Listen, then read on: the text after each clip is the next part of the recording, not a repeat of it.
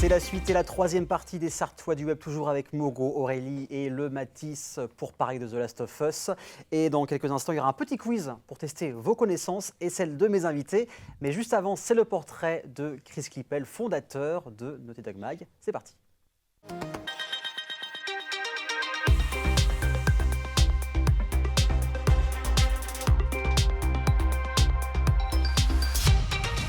Alors salut, moi c'est Chris Klippel, je suis journaliste mais également fondateur du média Naughty Dog Mag, un fan site qui a été créé par des fans pour des fans du studio Naughty Dog où l'on parle de toute l'actualité du studio mais aussi de leurs jeux et maintenant de leurs films et de leurs séries. Quand il a été annoncé, ça a été zéro hype, même si c'est vrai que j'étais fan de Naughty Dog, t'es pas du tout dans la vibe de zombies post-apocalyptique et en plus on était dans une période où il y avait que ça. C'était le lancement de Walking Dead, en étant fondateur de Rockstar Mag aussi, il y avait eu Red Dead Redemption, Undead Nightmare, le mode zombie de Call of, il y avait que ça et moi voilà. Et donc j'ai précommandé le jeu 3 jours avant de sa sortie parce que j'avais vu un let's play et je me suis dit bon allez c'est Naughty Dog, on verra bien. Et là, dès les premières minutes, c'est une gigantesque claque, surtout quand on se rend compte que finalement tout le côté post-apocalyptique, zombies, etc. c'est vraiment secondaire, voire même tertiaire, et que le jeu montre bien plus que ça, et là c'est pratique. J'ai tout de suite adoré en fait rien que l'introduction. L'introduction de toute façon te brise en 10 000 morceaux en fait, au point où j'avais fait une pause de quelques heures parce que même si à l'époque j'avais 19-20 ans, voilà, je n'étais pas et je ne suis pas papa ni rien etc. Mais cette introduction quand même te met en PLS et te pose les bases en te montrant directement dès l'introduction que le plus gros danger finalement c'est l'être humain lui-même. C'est vrai que la première heure et demie de jeu après l'introduction, un petit peu longué etc. Mais dès qu'on commence à atteindre les tunnels, que ça commence, on commence à voir les infectés etc. Là ça monte en puissance et après jusqu'à la fin c'est voilà, ça s'envole et ça redescend plus. Pour moi je pense en fait Naughty Dog a vraiment marqué l'histoire en termes de narration pure, c'est-à-dire que on avait les jeux narratifs, Quantic Dream le font très bien, il y avait déjà eu Heavy Rain à l'époque, Beyond Two Souls était sur le point d'arriver, mais c'était vraiment là pour les jeux quantiques, même si c'était narratif, c'était aussi beaucoup de jeux cinématographiques où il y avait très peu de gameplay. Là en fait pour moi Naughty Dog ça a vraiment été les premiers où ils ont vraiment trouvé le juste milieu entre cinématique, gameplay et narration, et l'histoire est en fait... C'est là le génie du jeu, c'est comment je me suis fait piéger, c'est que je pense qu'il y a beaucoup de personnes qui ne l'attendaient pas forcément. Ça va être un énième jeu de zombies. En fait, lorsque tu joues au jeu, ton potentiel se découvre et là, tu prends une gigantesque claque parce qu'en fait, tu te rends compte que non, le jeu, c'est vraiment les relations humaines. Qu'est-ce qui se passe s'il y a une fin du monde, comment on va s'en sortir, quel est le vraiment danger et l'importance de l'espoir, de l'amour. Et c'est pour ça, à mon avis, qu'il a marqué parce que ses thèmes et son écriture a fondamentalement marqué des gens, mais c'est vraiment l'histoire et la façon dont c'est amené que personne n'a vu venir et que tout le monde a lancé le jeu un peu, on va dire, sans grande conviction et sans grande attente. Et du coup, en fait, c'est là où on prend les plus grosses claques. En fait, c'est qu'on s'y attend pas et qu'on se dit, ouais, bon, ça va être sympa et que finalement, mon Dieu, qu'est-ce qu'ils nous ont fait. J'ai beaucoup aimé Stan et Henry, qui fait que ça a été encore plus brutal lorsque l'on doit les quitter. J'ai bien aimé Bill. En fait, c'est ça aussi qui est très fort dans The Last of Us, c'est que les personnages principaux sont extrêmement bien écrits, mais aussi les personnages secondaires. Mais si je devais choisir vraiment, allez, je dirais Stan et Henry.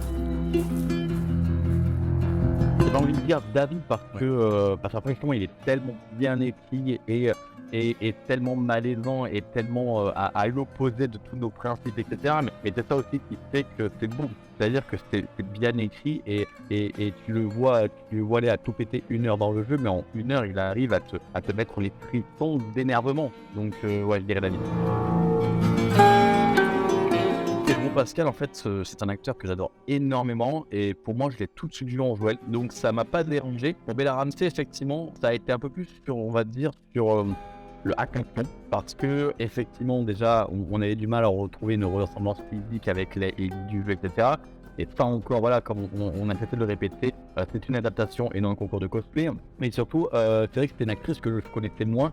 Et du coup, je me disais, est-ce que vraiment elle sera à la hauteur, parce que il faut arriver à quand même l'incarner, cette Ellie. Contrairement au film Uncharted, où c'était un petit peu délicat, sur la production et les directeurs de production. En fait, le fait que Naughty Dog soit impliqué avec Neil Druckmann, avec Evan Wells, avec pas mal de personnes, je me suis dit, quand tu regardes les making-of et les déclarations de Troy Baker et Ashley Johnson, donc Joel Eddy dans les jeux, et à quel point Neil Druckmann est pointilleux et précis, je me dis, voilà, je faisais une totale confiance. Après, ils ont dit que par la suite, il y a eu plus de 100 actrices qui ont été castées pour Ellie, donc tu sais qu'ils n'ont pas fait ça au hasard. Donc voilà, moi j'étais plutôt serein, pas forcément sur les personnes du casting, mais pour les personnes qui s'occupaient de recruter les gens du casting. Et je me suis dit, voilà, il faut faire confiance, et en fait, ils se sont pas trompés.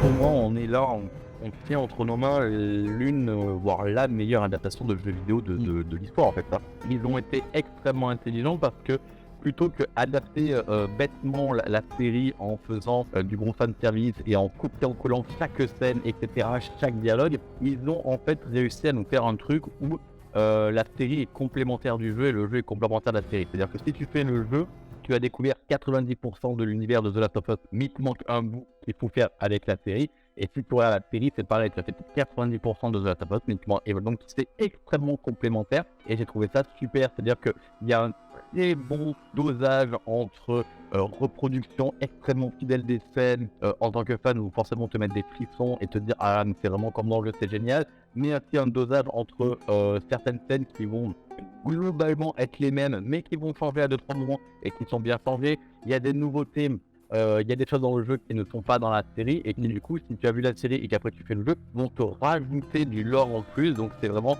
pour moi une parfaite réussite et c'est très prometteur pour une première saison et ça annonce que du bon pour la suite.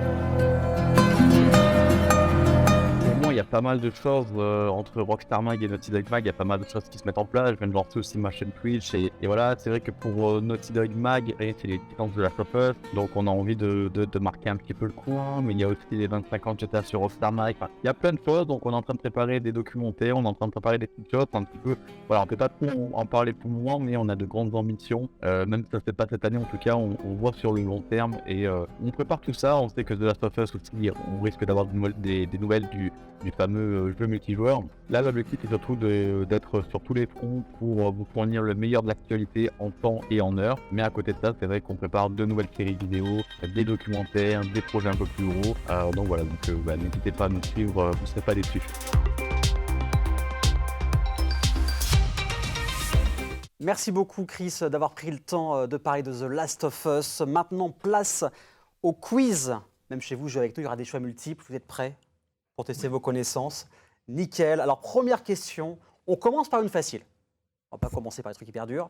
En quelle année est sorti le jeu The Last of Us? On parle bien du premier jeu, hein, pas du remaster, etc. 2010, 2013 ou alors 2014? Alors, chacun... 2013. 2013. 2013. On voit les fans. C'est bien 2013, The Last of Us, première fois, première claque sur le jeu. Question après, on va parler d'un personnage pas très gentil, même pas gentil du tout. Il s'appelle David. David, dans la série, on apprend qu'il était professeur, il enseignait quelque chose, une matière. Est-ce que c'était la philo, les maths ou la géographie? Quelle matière David enseignait dans le monde d'avant?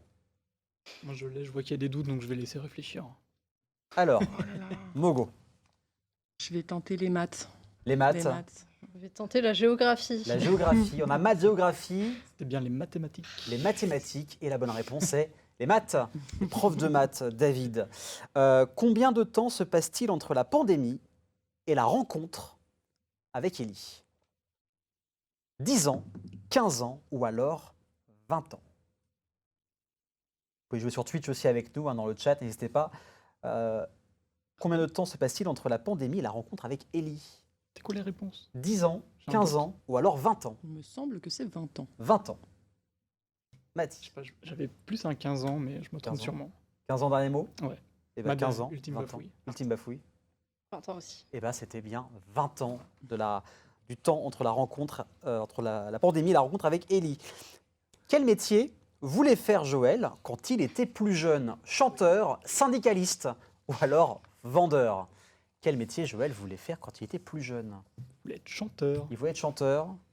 S'il était aujourd'hui, peut-être qu'il voudrait être syndicaliste, mais il voulait être chanteur. Exactement, c'est ça. Chanteur, bien Chanteur, sûr. eh bien, image. Il voulait être chanteur. D'ailleurs, dans le deuxième jeu, vous pouvez l'entendre chanter. D'ailleurs, Troy Baker, est-ce que vous savez qu'il a sorti un album qui est très bon. Ouais. Très très bon album, voilà, juste pour au passage. Comment s'appelle la meilleure amie d'Ellie? Michelle, Riley ou Cindy?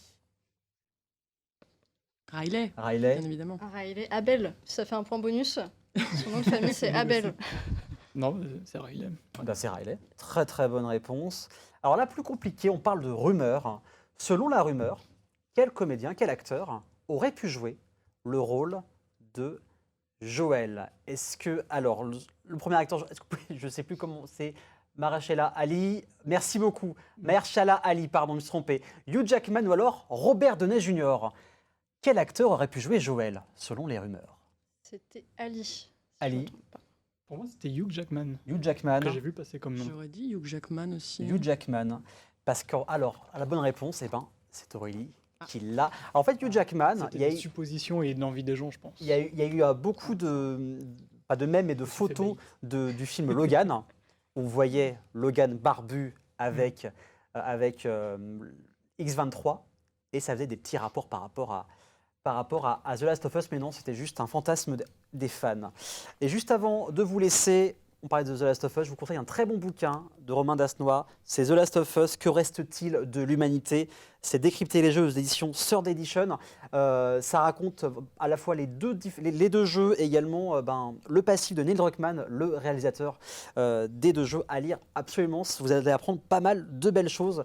Merci à tous les trois. Merci Mogo, merci Aurélie, merci le Mati d'être venu Merci à toi. piquer une tête ici pour parler de The Last of Us. On vous retrouve sur Twitch, sur Naughty Dog Mag, pour de folles aventures à l'occasion des 10 ans de la licence The Last of Us. Mais restez avec nous, vous, parce que dans quelques instants, on va sortir grâce aux sorties d'Emmy. Mais ça, c'est juste après la pub. À tout de suite.